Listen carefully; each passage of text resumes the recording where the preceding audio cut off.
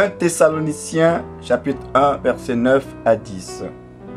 Et comment vous vous êtes convertis en abandonnant les idoles pour servir le Dieu vivant et vrai et pour attendre des cieux son Fils. Avez-vous de l'espoir? Il y a plusieurs années, on demanda au millionnaire Eugene Lang de parler à une classe de 6e année d'Harlem-Est à New York. Que pouvait-il dire pour stimuler ses élèves dont la plupart abandonneraient l'école? Il décida de laisser tomber ses notes et de leur parler du fond du cœur. Il les exhorta. Restez à l'école et je paierai les frais de scolarité de l'université pour chacun de vous. Ce fut le point tournant. Pour la première fois dans leur vie, ces jeunes avaient de l'espoir.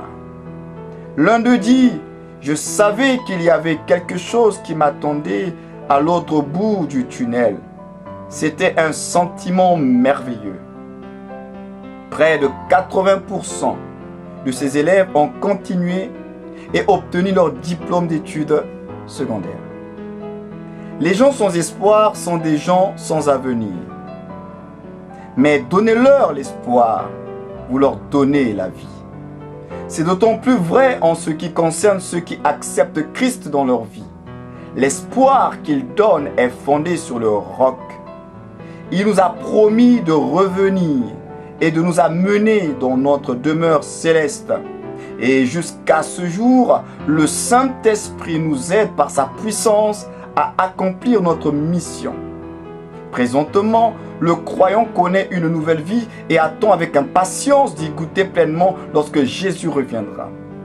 Avez-vous cet espoir au cœur? Sinon, admettez que vous êtes pécheur et demandez à Christ de vous sauver. Il vous donnera un espoir qui vous donnera une raison de vivre. Alors, si Christ vit en vous, vous avez un espoir vivant.